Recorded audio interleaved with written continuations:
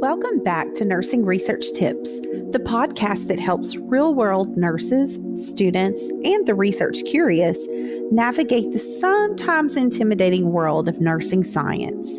I'm your host, Jenny Barrow, and today we're going to tackle something that I get asked quite frequently.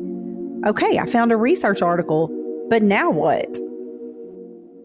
Yes, we have all clicked into an article, seen a wall of dense text and statistical jargon, and suddenly felt our motivation to read said article slipping away. So in today's episode, we're going to demystify the reading process. I'll show you how to scan an article for relevance, understand common article layouts, appraise the quality of study articles, and walk away knowing if the article is even useful to you or not. But the best part, you don't have to be a scientist to do this well. It just takes practice. So let's jump in. Before you even start highlighting in an article or squinting at a data table, looking at all of these statistical symbols, ask yourself, why am I reading this article? If you're trying to decide whether this evidence fits your evidence-based practice question, you don't need to read every word. Instead, you'd want to start with purposeful skimming. That's right. You heard me correctly. I'm officially giving you permission not to read everything line by line. Where should you start first? The abstract. Think of the abstract like a movie trailer for the article, if you will. It gives you the highlights, such as what the study was about, who was involved, what was found, and what does all of that even mean? If the abstract doesn't relate to your question, then it's time to move on. Your time is valuable. Most research study articles are organized in a similar fashion, regardless of the country in which the study was conducted or even the research journal in which it was published. That consistency bodes well for you, an article reader, because you should be able to determine where to look within the article for the content that is important to you. So let's break down what's inside a typical research article so that you can figure out where to focus your attention. The first place you want to look is the title of the article. The title should give you a snapshot of what was studied, the main concepts or variables, and with whom. What was the sample under study? If it's vague, that's already a clue to be cautious. Next, as I mentioned earlier, you want to move to the abstract, which is a quick summary, typically 100 to 250 words, depending on the publisher. If the abstract is too dense or confusing, it might reflect poor clarity in the article overall. Once you get past that and into the actual article, the first section you come into is the introduction, which is going to provide a background. The introduction section of the article is probably not going to be titled Introduction. It's just understood that the introduction is the first part of the article itself. So the introduction or background tells why. Why did the researchers do this study, and what problems were they trying to solve by doing this study? After the introduction of the article, the next part you're going to come across is methods. Typically, depending on the publisher, this is either going to be titled method, singular, methods, plural, or materials and methods, or procedures, something in that ballpark. Now, this is where most readers tend to tap out, but don't. You do not need to understand every test that the researchers used. It's just important to get a sense of the overall study design, the sample, that's the people who gave data for the study, and then how did they collect their data. Next, after methods, is results. This is the what happened part. There's going to be usually lots of tables and figures if you're looking at a quantitative study article. You don't need to analyze p-values or test of statistical significance unless you want to, but try to get the gist of what the researchers found when testing their research questions using statistical analysis. After the results section is the discussion and or conclusion section. This is golden. The researchers will tell you what they think their results mean. They do the interpretation for you in a way. and how they fit with other research that has been done in that area. And then finally, what the limitations of the studies were. Lastly, at the very end is the reference section, like a big bibliography. And if you're really digging in, this can be a treasure trove of additional sources, especially if you're wanting to do a systematic review of some sort on a topic. But it's totally optional for the reference section unless you're going to do deeper research. And here's the kicker. You do not need to read from the top to the bottom. Start with the abstract, then skip to the results and conclusion. Only go back to the methods if you need to confirm how they ran things.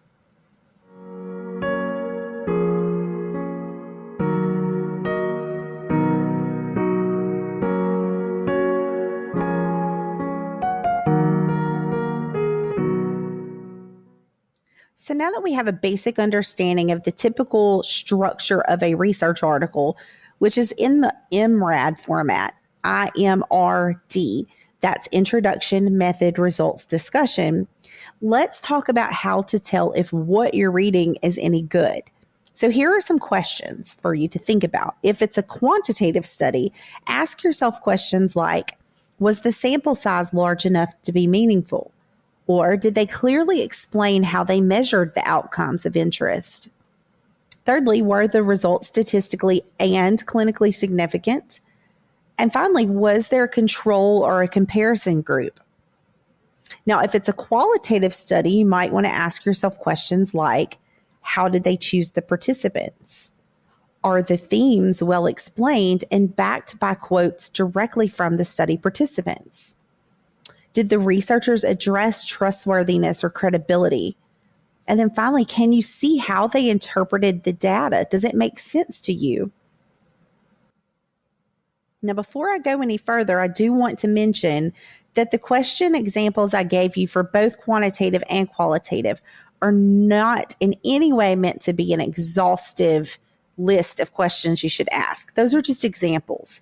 I also realize that the questions I just provided as examples might have words that are not super familiar to you. If you feel that you need to understand research terms, but you don't get it all just yet, be sure to subscribe to this podcast. I plan to continue to add episodes that will break down challenging aspects of research studies, like sample size, reliability and validity, and interpretation of both significant and non-significant study results. Also, if you're new to all of this, there are tools that can help you. One such tool is the CASP checklist, the acronym CASP, which stands for Critical Appraisal Skills Program. Other tools include the Johns Hopkins EBP appraisal tool or the Melnick and Fineout Overholtz level of evidence. Now, again, you do not have to memorize all of this stuff today. Just start by asking thoughtful questions about what you're reading and go from there. Now, it's important to let you know that every study you read is not going to be perfect. You're going to sometimes see some warning signs, and that's what I want to talk to you about now. Here are a few red flags that should raise an eyebrow if you see them while reading an article. First, a big red flag is if the study makes huge claims based on a tiny sample size, or if the methods section is very vague or it's hard to tell what the researchers actually did. That's problematic as well. Thirdly, if the results are not tied back to the research question, then that can definitely be a red flag. And our final area of caution is if there is a conflict of interest. An example of this is a study on a medication that's funded by the company that manufactures the medication, and it's not transparently disclosed. That's definitely a red flag for you. Oh, and if the article came from a journal that you have never heard of, that's charging authors money to publish but lacks peer review, that's probably a predatory journal. And we want to stay far away from those if we're using these sources for clinical decision-making purposes.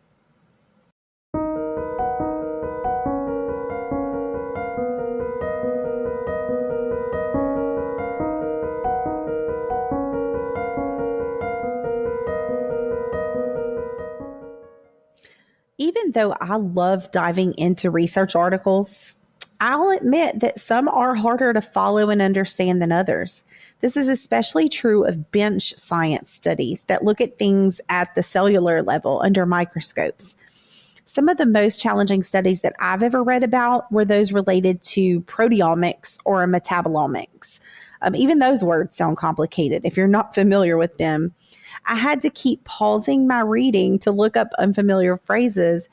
And the reason I had to do this was part of my homework requirements while I was in my PhD program. So I had to understand what the study was saying so that I could analyze it.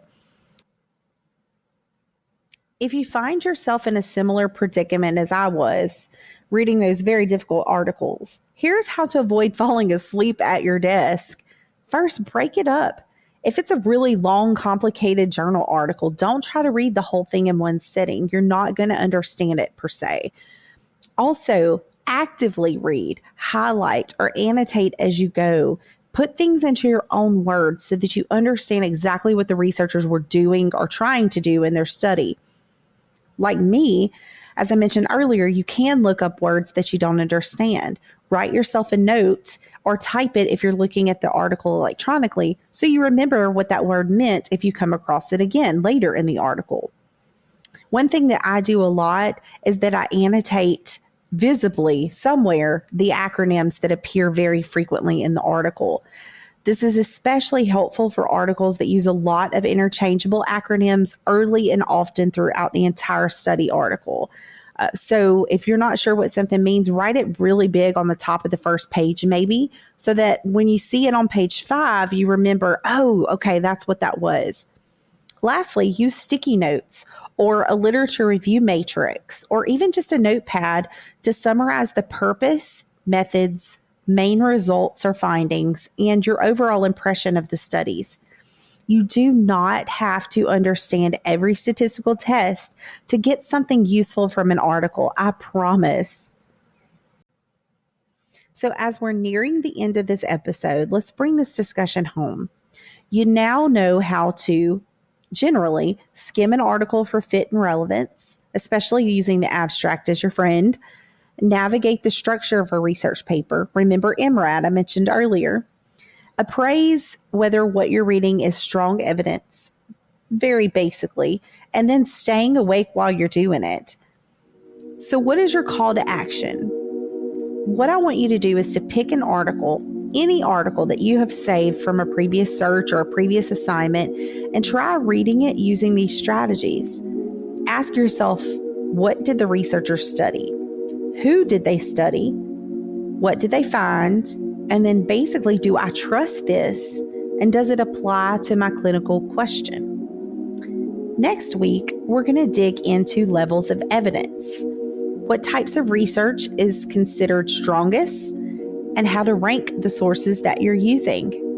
Until then, keep learning, keep questioning, and keep making nursing research a little less intimidating. Thanks for listening to Nursing Research Tips. I'll see you next time.